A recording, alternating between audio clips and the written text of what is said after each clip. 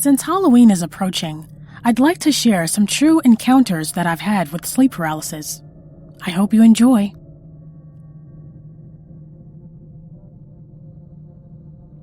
It's more than just an apparition. It's more than just a dream. In fact, it's reality. My body screams for help, but I can't scream out loud. In fact, it's almost as if someone had just wired my mouth shut and placed a weight on my chest, hindering my breathing and my ability to move. I feel like I'm suffocating, and then it progresses. Sleep paralysis was an experience I've had since I was around 8 years old, and I've had this for the majority of my life. It always felt like I was clinging on the verge of death. It's as if I were frozen or bound, lying there helpless. In the early year of 2011, when I was in college, the hallucinations began on top of the sleep paralysis.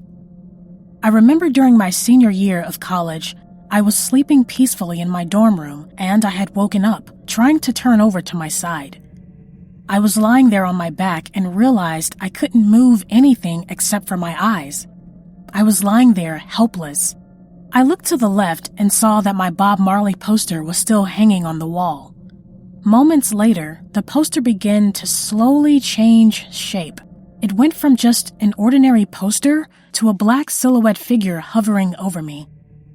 It was some dark hooded figure with no arms or legs, and it was faceless. I stared at it, trying to scream for my roommates to help me, but I couldn't. I laid there like some lifeless ragdoll. The longer I looked at it, the closer it got to me. My heart was racing faster, pounding harder, and for the first time ever with my sleep paralysis, I not only felt trapped, but I felt like something was almost pulling, tugging away at my body, my soul. Fast forward to Wednesday afternoon on December 15th, 2011. My sleep paralysis happened again, but this time I woke up and noticed a tingling sensation in my shoulders, neck, and arms. I noticed that my head was twitching back and forth and I felt my eyes were rolling in the back of my head. The uncontrollable jerking happened multiple times, and because I was so exhausted, I let it happen over and over again. I was too tired to fight back, so at that point, I decided to let my paralysis take advantage of me. Around the year of 2014, it was a weekday morning, and I remembered I had to work that day. That day, I remember waking up a little earlier as I heard my mom get ready for work. It was so early that there was not yet a sunrise. As I was waking up, I noticed the hallway light was on because the light from the hallway peeked under my door that was closed. My room was in darkness, but still filled with enough light to where I could still see the silhouette of my bedroom furniture and the paintings on the wall. As I lie in my bed on my back, I looked to the left and I'd seen what I thought was my mom standing over me. Then I realized I couldn't move or speak. As I looked to the left, the silhouette looked like that of a female with curly hair, wearing a robe or a dress. I couldn't see her face, but I assumed it was my mom.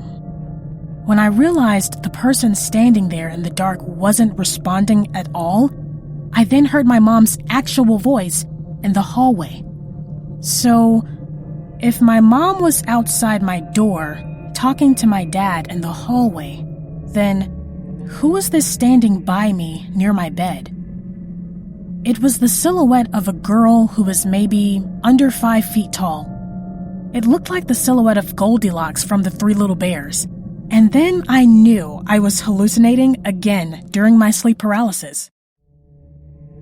The last time I remember hallucinating during sleep paralysis was a little while after the previous incident.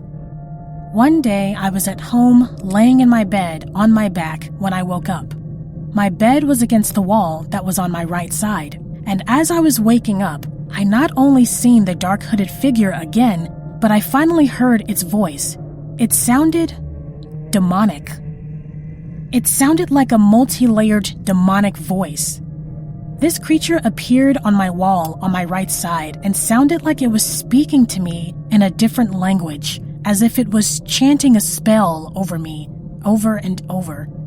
Once again, As I looked at the creature, it was wearing a cloak with no arms, legs, and certainly no face. But its evil voice was something I could remember still to this day. My lifelong battle with sleep paralysis is still in existence, but I find myself trying to accept it. It seemed that as I've gotten older and dealt with more negative experiences or trauma, the worse the sleep paralysis became. First, it was only the paralysis. Then, in addition to that, were the apparitions. Although there is a scientific explanation for this, it is very one-sided, and I believe that there is a spiritual explanation for it. I say spiritual because hundreds, if not thousands of people all over the world have experienced these similar sleep attacks.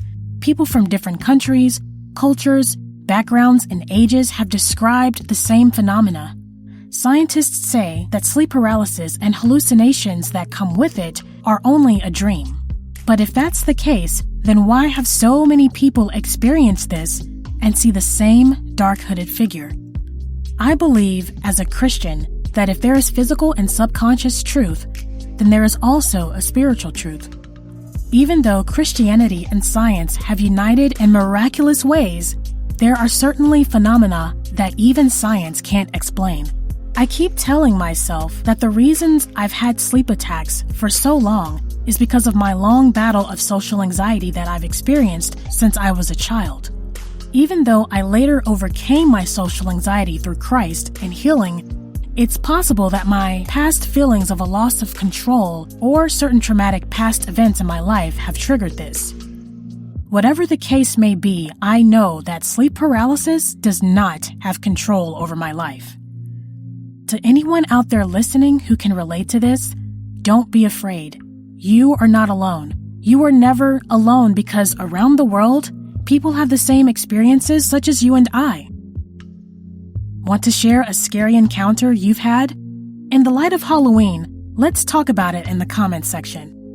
I hope you've enjoyed this video. Thanks for watching.